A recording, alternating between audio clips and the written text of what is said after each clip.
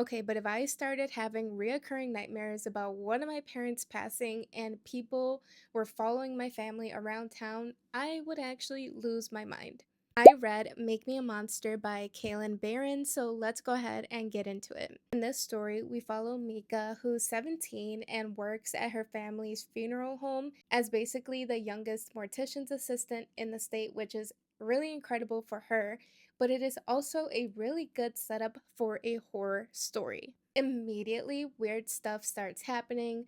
People are watching her family, her parents are being super secretive, there's a tragedy, and Mika keeps having these nightmares that feel a little too specific to just be nightmares. I kept seeing people describe this like a horror romance with Frankenstein vibes, and personally, I feel like this is more of a coming of age horror thriller with some romance elements. And yes, the Frankenstein retelling aspect is definitely there.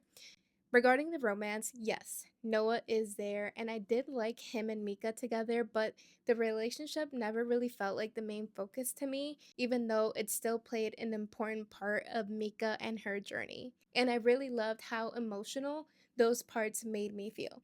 Anyway, the family secrets and the mystery were very interesting to me as I do love a family secret. I absolutely loved the atmosphere.